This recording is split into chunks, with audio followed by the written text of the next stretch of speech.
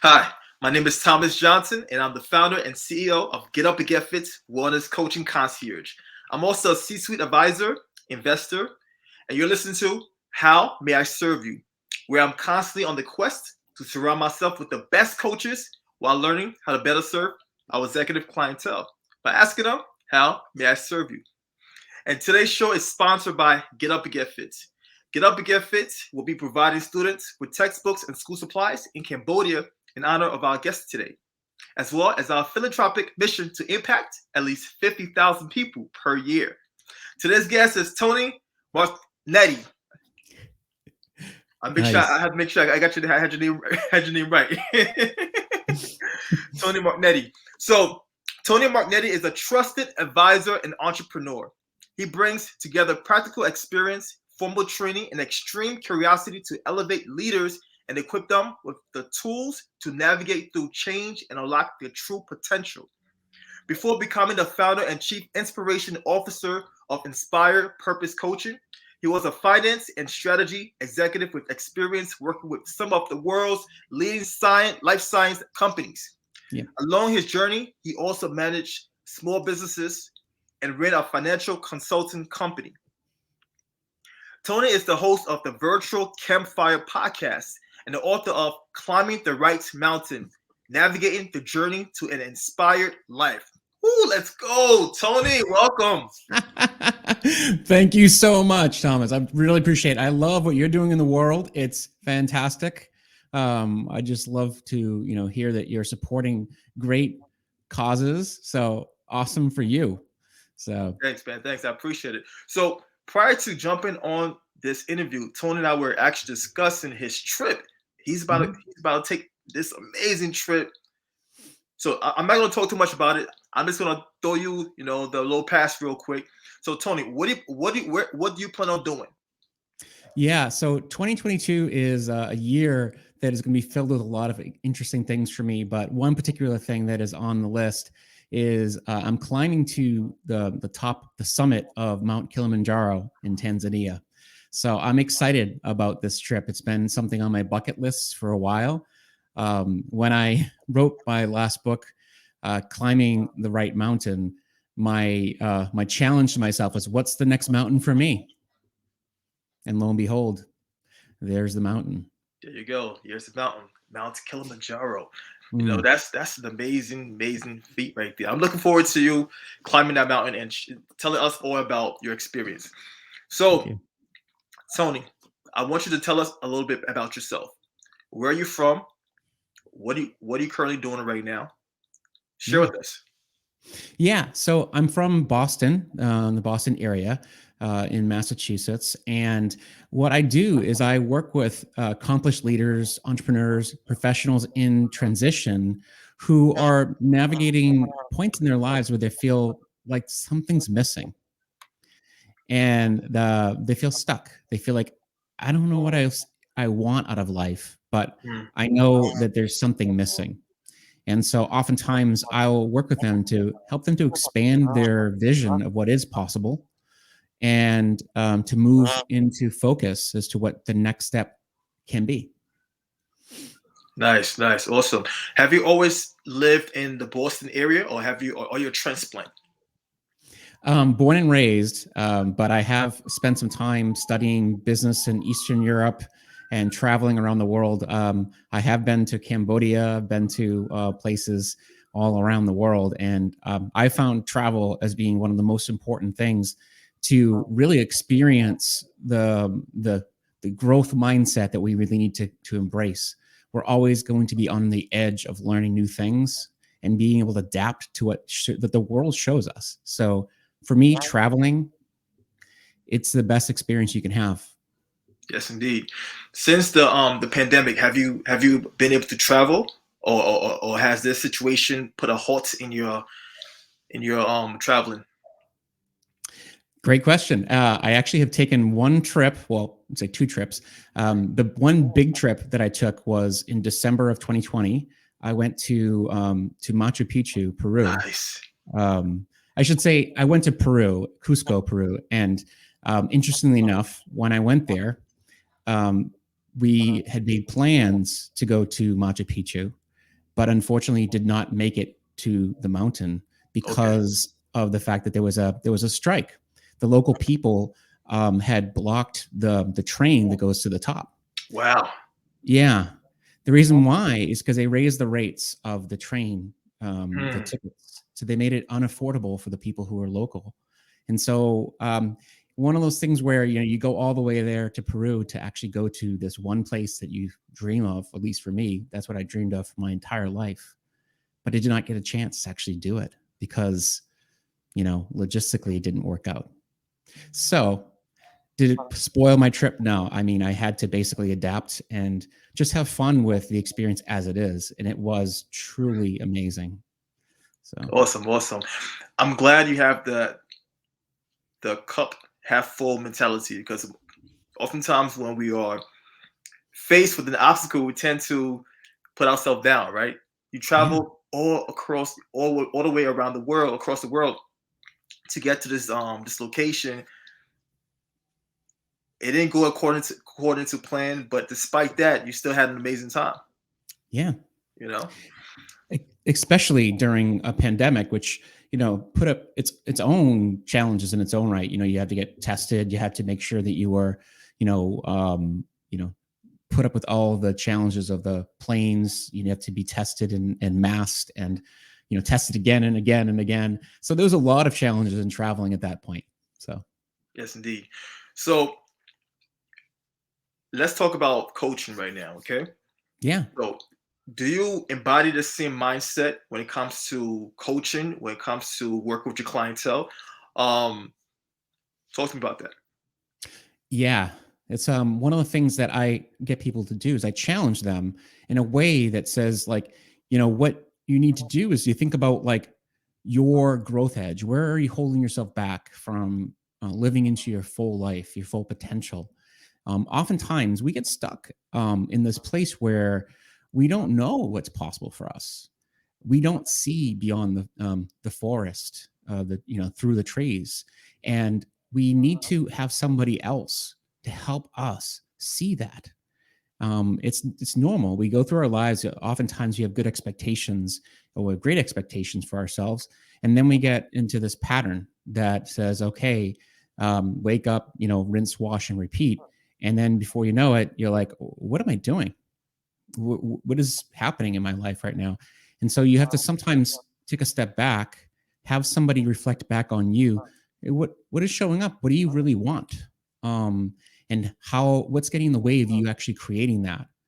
And so oftentimes that's, I think of like coaching as this moment of just creating a space and being a thought partner with somebody to help them see what's possible for them and what's getting in the way of them having that. Yes, indeed. Helping them to discover their blind spots, right? And that's important. Absolutely. Sometimes you can't. It's hard for you to discover your own blind spot when you're stuck in just going in one direction. Yeah. So, why did you get into coaching in the first place, man?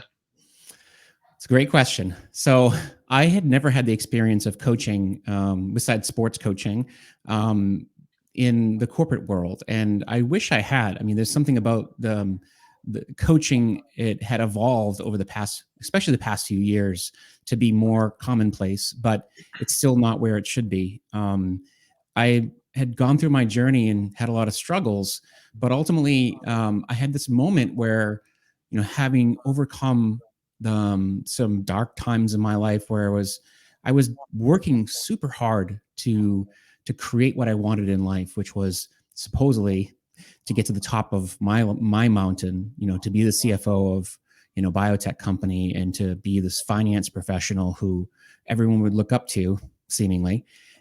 I realized that wasn't really what I wanted, but I kept on burning myself out to do that. Hmm. And it got me to this place of burnout and just depression and not really feeling great about myself. I dug out of that and finally found myself in this place of being in a boardroom at a life science company and realizing I think I need to do something different with my life that connects with who I truly am. And I have to stop defining myself based on the titles and based on what society really tells you what you should do. And so I decided to walk out of the room of that boardroom and to basically change the room by doing something different. And coaching was that moment. It just came in that moment. I had worked with a coach at that point, and that connection of working with the coach, it just light bulbs started going off. And they said, wow, this is what I'm meant to be doing. This is who I am. And I started the journey of exploring this passion. And of course, I made so many mistakes in the journey to exploring coaching. It took a lot of time to really connect with who I am as a coach. Yeah, it's all part of the experience, right? Going through the hurdles, the ups and the downs. And the fact that you decided to step out of that boardroom without even having a safety line. I commend you for that bravery right there. I commend you. Because a lot of folks would just stay within that same situation because of fear, despite the uncertainty, despite the unknown, you made it happen, man. Yeah, it wasn't easy. And I often tell people that if you want to take this path, like try to do things in a way that you do small experiments. Keep your day job if you can, and then look at like where do you really want to go? Who do you really want to be? And start making small steps towards that. And then when you're ready, when you feel comfortable, then make the leap. I did that. I did the opposite of that. I don't regret it. I mean, I think I did what I felt was right for me at the time, and it exponentially increased my learning. I was trying to find the right word, but that's the word. It's I had to learn quickly. I had to go through all of the experiences quickly. And one of the quotes that really drove me at that point, and I'll share it here. This comes from a gentleman by the name of Peter Bregman, who's a coach himself. If you're willing to feel everything, you can have anything. I love that quote because it drove me so much in that time. I had to be willing to deal with the down points, the up points, the struggles, the imposter syndrome. All those things came up. And going through all those emotions allowed me to really understand not only my own journey, but the journey that a lot of people I was coaching that they were dealing with. Emotions they're important for us. We have to deal with emotions. Yes, so definitely. Understanding them, the more you understand them, the better. Yes, I agree with you 100%. So Tony, who do you coach primarily? Yeah, I'm coaching a lot of these. I would say a fair amount of entrepreneurs, people who have started companies, that run into these challenges that they're ready for this next inflection point, but they're kind of stuck.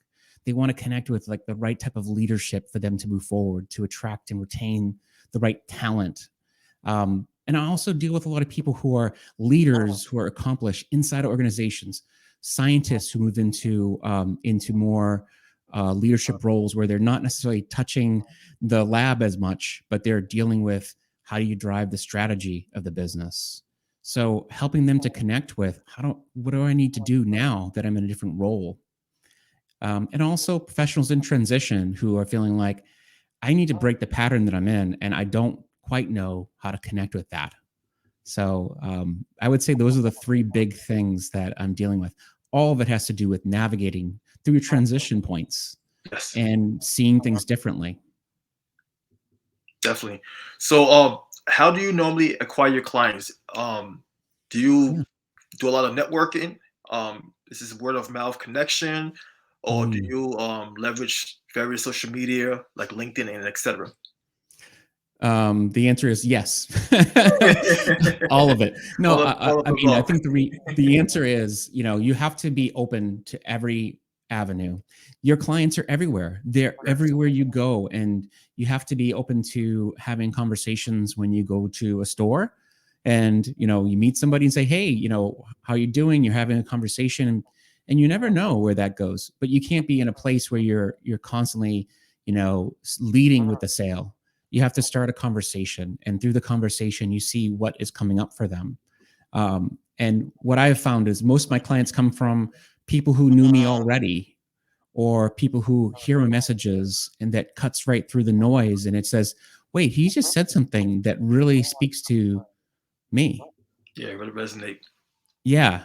And I think that's one of the things I tell people is that you don't have to speak to everybody. Just speak from your heart. And when you speak from your heart, the people who are meant to hear it, they will hear it. So, with that being said, what's your coaching style? Well, my coaching style is there's two ways I'll answer it. The first way is to say that I deploy what I like to say is compassionate accountability. Okay.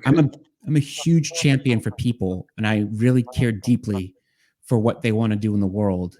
And I will hold people from a place of wanting to make sure that they take care of themselves, that they have, this element of knowing that they are a really loving human, right? But the flip side of that coin is to know that I'm going to hold them accountable. I want to make sure that they get what they want and that they're on their edge. So there's an element of like constantly thinking, if you want to stay where you are in the warm comfort of your comfort zone, then I may not be the person for you.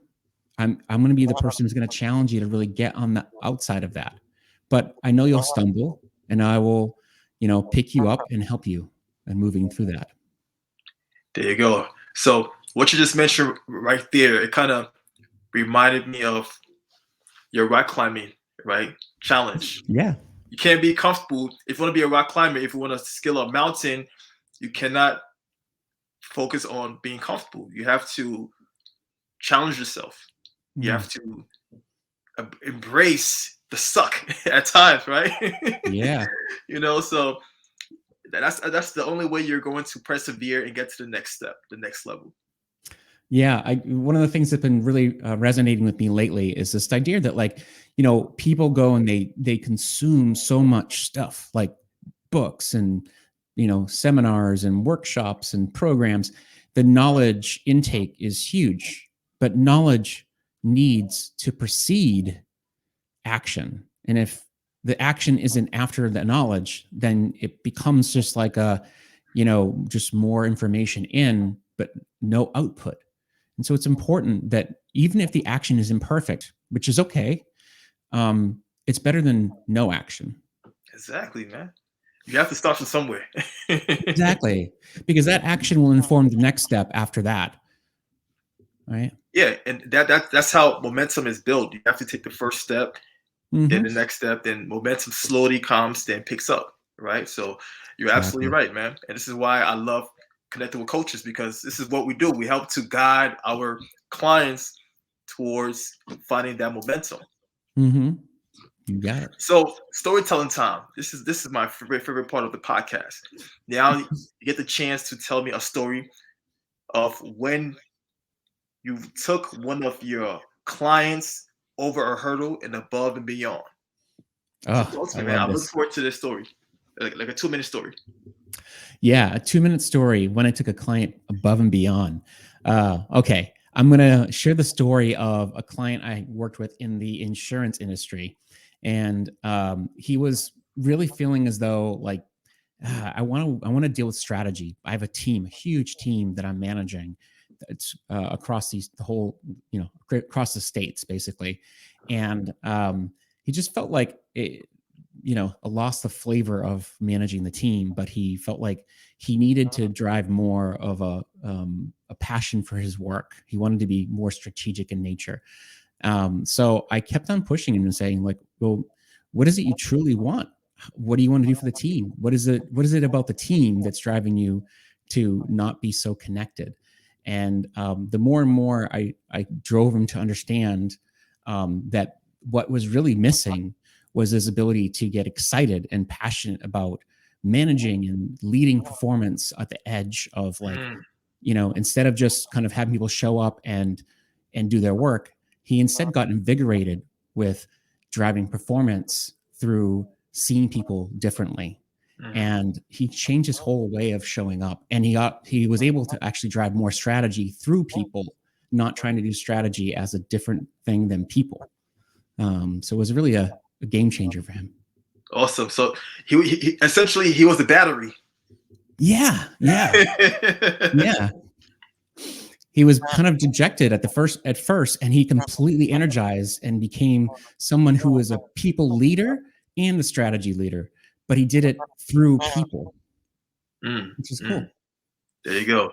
That's amazing right there, man. Thanks to you. Thanks to your coaching, right? Thanks to your support, which is awesome. Yeah, Yeah. man. So many people need that extra push. They like sometimes when you're doing something for such a long time, you get stuck. You get stuck, and you think that's the only way you could actually accomplish this or that task, right? Um, like giving him like the opportunity to change his mindset, giving him like another outlook on how to approach, leadership was definitely beneficial, you Hmm. know. Exactly. And it's all about mindset. It starts from the mindset, and it seemed like you actually helped to shift his mindset where he's able to embody this new way of operating as a leader. Yeah, I love the way you frame that. And I often think about it this way, is that it's not about him trying to embody a different type of leader. It's about him being his unique leader, Yes, his indeed. unique leadership style. Each one of us has that. And if we try to copy someone else's style, it gets lost. And none of the people see that. So I really had to help him to connect with what kind of a leader did he want to be in that space. Mm. How was the discovery process? Was it difficult, or was he open to being vulnerable? He was pretty open. I mean, he knew there was a need for something different, and I love working with people who are willing to do the work, Mm. because it makes it. One of the things I've discovered is that if I want it more than the person who is the coachee, their client, if I want it more than them, it's hard to have them change.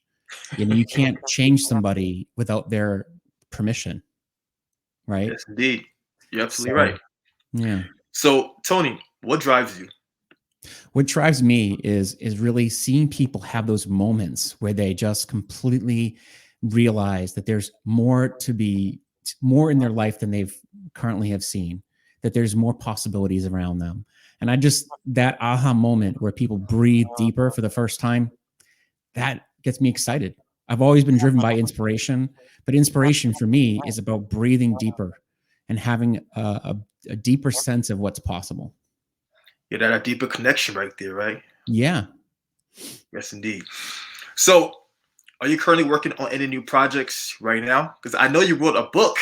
You wrote a Yes. book, but so talk to me about your book. Talk to me about whatever projects or programs you have going on right now. Absolutely. Thank you so much. So first of all, the book I wrote was called Climbing. It's called Climbing the Right Mountain. It's been out since I think June now. Yeah, June. And the book is about really redefining your path to success, or even saying how do you define success, and then choosing the right path for you to move towards what you want.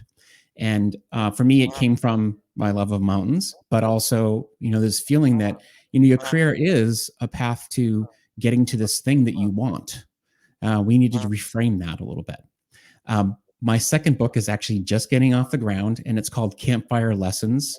And it's really founded on the interviews that I've had with almost 170 individuals from my podcast that has been truly amazing. And I'm looking at the themes that have shown up, and I'm going to incorporate them into a book that I hope to have out by end of next year.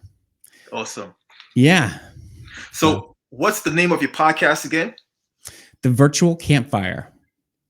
The Virtual Campfire. Awesome. Yeah. All right.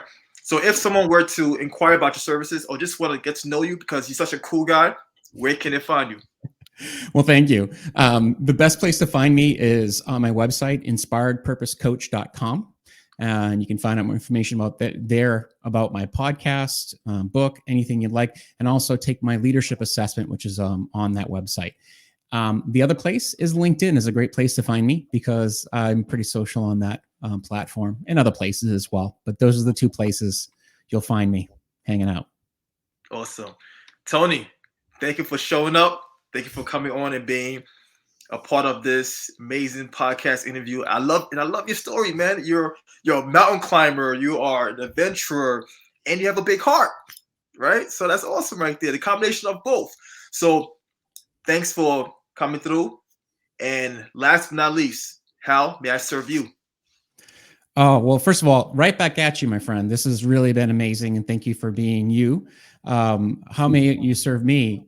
Just keep on doing your work and impacting people's lives, and share your heart with the world. So that's how you can serve me. Yes, indeed, and I shall. So once again, this is your host, Thomas Johnson. And if you enjoy this podcast, make sure to share it with another person that could potentially benefit. And last but not least, guys, I want you guys to continue to work on yourself, continue to show love. And as you know, once you show love, it's going to spread and be reciprocal. Take care. Much love. I'm out.